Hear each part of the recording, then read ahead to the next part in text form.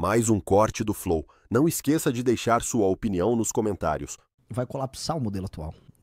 Não sou eu falando, se for pegar, por exemplo, do Marcos Lisboa falando sobre o colapso das contas públicas para 2028. Se a gente vai vendo, vamos dizer, como a maior parte dos municípios não tem condição de autossustento, o desenho político institucional brasileiro está ficando muito caro. E só o custeio está ficando caro, os privilégios estão muito caros. Uma parte bem grande da população brasileira não é economicamente ativa.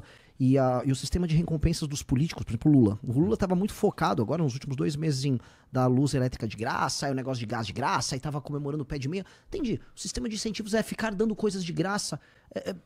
Gente, ele estava falando disso quando ele lançou o Bolsa Família em 2004, 2005. Já passaram 20 anos e ainda é essa lógica. Porque em tese o Bolsa Família era, vamos agora ajudar essas pessoas, elas não vão passar fome. E funcionou, evitou mais êxodo rural, mas o que isso deu?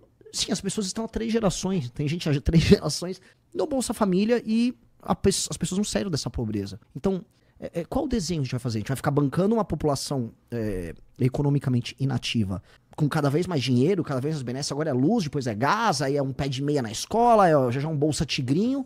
Do outro lado, a elite do funcionalismo não quer largar o osso, ou seja, querem mais e mais grana para abastecer eles.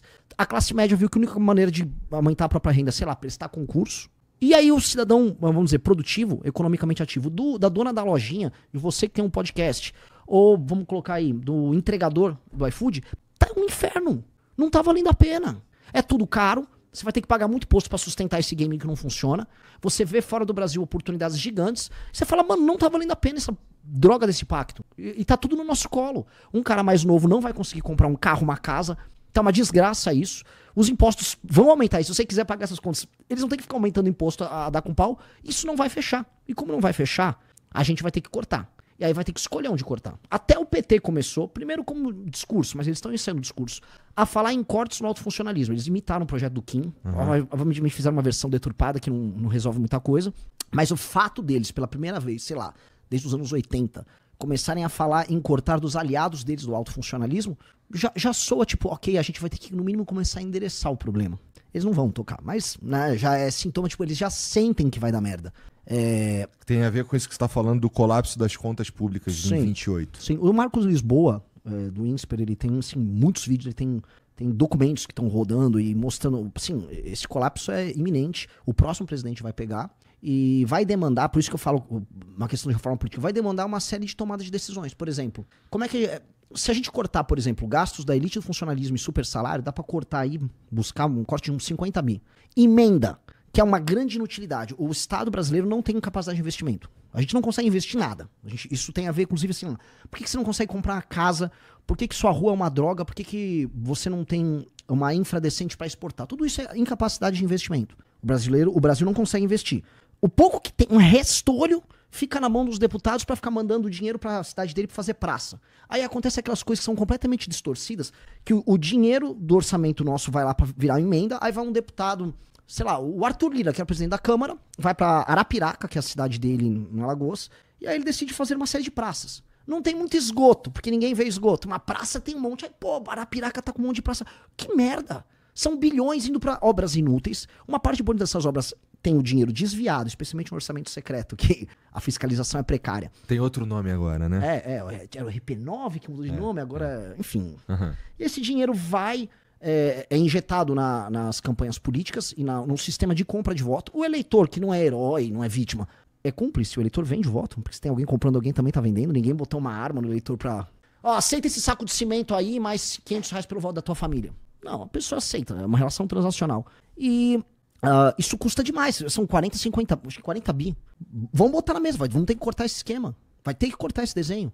E a gente vai ter que achar uns 100, 200 bi pra cortar. A gente vai ter que preservar certas funções essenciais do Estado e precisa, porque as pessoas basicamente que estão numa condição de muita pobreza não vão poder perder auxílios, mas a gente vai ter que alterar o sistema de recompensa para que as pessoas que trabalham e produzam, elas não se sintam otárias. E hoje, a pessoa que trabalha e produz está cada vez mais se sentindo otária. Da dona da loja, talvez a você, que é um cara que é um empreendedor, ou a um motoboy que tá entregando, cara. Não tá fechando, não tá rolando. Tu acha que é mais possível que role esses cortes aí, que termine, por exemplo, algo como as emendas, ou que a gente imprima mais dinheiro?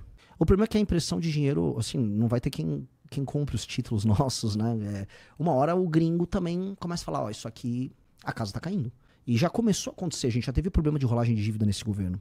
Então, com um colapso iminente, com uma falta de credibilidade, aí vira uma argentinização. Vou começar a imprimir dinheiro, vou emitir título, vou precisar jogar os juros na puta que pariu. E aí, sabe? Isso não fecha. Uhum. Vai precisar mexer.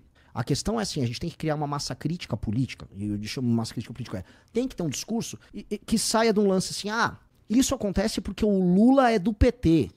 Ele tem 9 dedos, ele é comunista. Assim, o Lula é um merda, mas não é isso. Ou, isso acontece porque o Bolsonaro é um golpista. Não é, cara. O problema é muito mais profundo. Então, um cara que tem que chegar no poder com um projeto pra tocar isso, ele tem que explicar, eu tenho que resolver esta bagaça. Só que hoje a discussão com a internet, poxa, ela permitia pra gente uma série de discussões. Pô, a internet eu vou discutir economia, segurança e tal. Mas parece que a discussão ficou mais retardada com a internet. Porque ela ampliou tanto, e aí você, não, eu sou desse time, eu sou daquele time, e a gente não consegue discutir os assuntos. Então tem uma crise iminente, vai dar merda daqui 2 anos, e as nossas discussões são as mais idiotas possíveis hoje. O grande debate político, por exemplo, se a gente olhar o que está acontecendo agora, o Xandão mandou que o Eduardo Bolsonaro não pode falar com o Jair, parece uma novela. E é ridículo que a gente tá nessa novela, né, ad nauseum, um negócio, vai, é uma novela, cara. Enfim, cara. Entendi. Mas vai dar merda. Assim, o ponto vai dar merda. E a gente vai ter que ver como se utiliza da merda pra gerar um projeto e falar, com o projeto, gerar uma força suficiente pra fazer as partes cederem. Então, o autofuncionalismo vai ter que ceder, a política vai ter que ceder, mas ceder muito, e aproveitar esse momento para criar um novo sistema de incentivos. O que é um novo sistema de incentivos? Definitivamente a gincana eleitoral, que é uma coisa que eu quero propor, quero jogar aqui pra galera discutir, gente de qualquer lado político. Porque isso aqui que eu tô falando é muito mais sobre centrão e muito mais sobre sistema do que direita ou esquerda. Eu quero colocar o seguinte: o sistema de incentivos para um partido investir em uma candidatura, já que agora eu já vou virar dirigente partidário, vou ficar gordo. É o seguinte, qual o sistema, qual game? Você vai e você tem que pegar pessoas populares ou pessoas que têm uma estrutura política, e esses caras vão ganhar eleições, você ganha de fundo eleitoral por eleito, se eu não me engano é 12 milhões de reais de fundo eleitoral a cada 2 anos por deputado eleito. Fora o valor proporcional de fundo partidário, fora a cota de televisão que você ganha com isso. Então, o sistema de incentivo é preciso eleger esses caras aos montes. Se esse cara é um bom deputado federal ou ruim, não importa. Não importa. Esse cara tem direito à emenda. Se ele tá no bom esquema, ele pega a emenda com orçamento secreto. Joga na base dele. Na base dele alimenta prefeito e vereador. 2 anos tem eleição. Esses caras que é uma base de uma estrutura super capilarizada pra comprar voto. Aí eles vão na gincana de 24, como foi essa última, e vai ser a próxima em 28, comprar voto ali no varejinho. Chega a eleição de 26, a eleição grande, deputado, presidente, aí tem as compras no atacado. Essas estruturas, o sistema de incentivo todo é emenda, dinheiro, compra de voto, políticos que tenham capacidade de executar isso. Próximo ano se repete, o dirigente partidário aumenta o poder, e aí um dirigente partidário faz nomeações em grandes estatais, participa de grandes contatos, faz grandes lobbies, e você alimenta essa estrutura, vamos dizer, de parasitagem. É um parasitismo puro e simples, como fim em si mesmo. Então, o que eu acho que a gente tem que aproveitar essa crise? Temos que trocar o sistema de incentivo. A gente não vai, a não ser que eu fale assim, vamos instituir uma ditadura, e não é o caso, a gente não vai dar uma marretada e sumir com os dirigentes partidários, ou sumir com uma cultura que eu acho que vem desde o período colonial brasileiro. A gente tem que só falar assim, cara, o seu incentivo é o seguinte, muda o incentivo. Se o seu incentivo for, se o seu prefeito, vamos supor, o prefeito lá da cidade do Arthur Lira, Arapiraca, se você melhorar tantos por cento sua cobertura de esgoto, você ganha 1 ponto. Você ganha um pontinho aqui, um pontinho azul. Se você melhora seu ranking do IDEB, seu desempenho metrificado, objetivo, em educação, tal, mais 2 pontinhos. Você reduziu o número de homicídios e assaltos, ganha mais 3 pontos. Você soma uma pontuação, cada ponto significa tanto em ou fundo eleitoral, ou esse município poder receber uma emenda. Aí, cara, esses caras que não são trouxas, um Kassab, um Valdemar, eu preciso de bons prefeitos, bons gestor público. Porque o jogo tá aí. O jogo como tá, o sistema de recompensa é dado por um elemento muito subjetivo, que é o eleitor, no dia da eleição, que pode estar com fome, querendo um saco de cimento, querendo que alguém faça a cobertura do telhado dele em vários municípios em Minas, no Nordeste, São Paulo também. Tem isso, te dá as telhas, te dá o material de construção, é muito bom, porque é um material que se desvia da obra superfaturada, né? Você já faz o game já todo. Já tá inteiro ali. Já tá inteiro ali. E esse cara, se a gente quebra, né, desculpa, eu acabei olhando um saco de cimento, eu acabei. Mas assim, se a gente quebra esse sistema de incentivo e usa o sistema de incentivo para gestão, eles vão reorientar a lógica política para atender isso. Nossa, mas tu vai precisar de muito esforço, assim. Precisaríamos de muito esforço para essa transformação aí, ou de uma crise assim irremediável. Eu acho que, enfim, como não vai haver boa vontade dos caras, e como mesmo no nosso projeto no partido, eu não acredito que a gente vai mobilizar metade da população brasileira neste ponto específico, eu acho que é uma crise, ela vai ajudar as pessoas a se atentarem para o problema. Porque já está tendo, eu vou dar um exemplo, a maior parte dos prefeitos de cidades pequenas, a gente monta um índice, inclusive, na equipe nossa da Valete para pesquisar sobre isso, as cidades pequenas... assim, especialmente Norte e Nordeste, Minas bastante, tem algumas em São Paulo, mas tem em todos os estados do Brasil. Inúmeras cidades elas são incapazes de autossustento em termos econômicos. Uma boa parte da população vive, por exemplo, ou de auxílio BPC, Bolsa Família, ou está empregada na prefeitura. Ou seja, se você isolar aquela cidade do mundo ao redor, aquela cidade ela é incapaz de se sustentar. Ela depende de dinheiro que vem de outras cidades que vão para a federação e a federação distribui. Esse arranjo é impossível. E como está faltando dinheiro para o governo, está faltando dinheiro também para fazer repasse para as prefeituras. Como está faltando dinheiro para fazer repasse para as prefeituras, a prefeitura está, né, teve greve de prefeito em 2023. E que foi uma loucura, assim, foram mais de 100 cidades, os prefeitos fizeram greve porque acabou o orçamento. E eles sabiam que acabava o orçamento.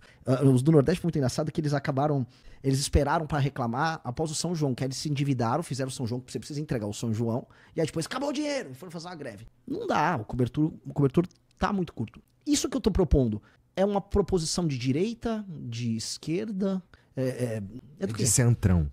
É uma anti-centrão, né?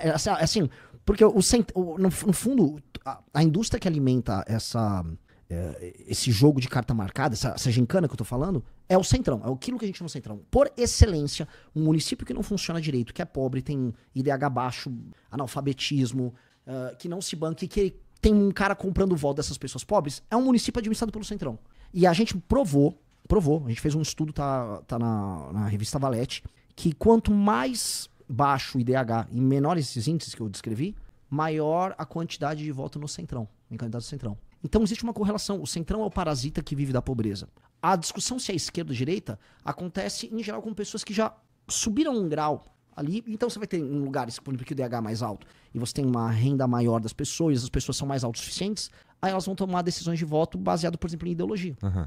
A gente tem esse problema que vem antes, que é, ok, eu preciso acabar com o sistema de compra de votos no Brasil, porque os políticos que vendem compra voto não têm compromisso em votar com nada, e o que interessa pra eles é ter grana pra se manter se replicando. Eu diria que esse é o problema número 1 do Brasil. De longe. Esse é o grande problema do Brasil. Se a gente um dia conseguir resolver esse problema, eu não digo que os outros problemas vão se resolver sozinhos, mas a capacidade da gente fazer grandes reformas para mudar o Brasil se altera, porque a dinâmica em Brasília se altera, porque os políticos no Brasil se alteram e a natureza toda do jogo se altera. Para isso precisa de uma nova Constituição, por exemplo? Não, por incrível que pareça, isso que eu estou falando, esse sistema de recompensas, não precisa de nada. É uma lei você pode fazer uma alteração na lei dos partidos políticos e na lei própria que rege o sistema. Eu nem sei se é a lei eleitoral, sabe? Porque ela é basicamente uma lei que dispõe sobre partidos políticos, remuneração e a parte de emendas. Talvez seja uma lei.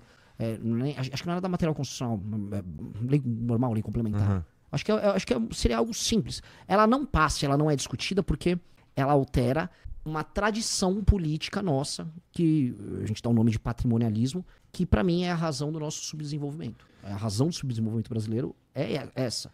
Esse foi o Corte. Quer ver o conteúdo na íntegra? Todos os links na descrição. Não se esqueça de deixar sua opinião nos comentários, deixar o like e compartilhar.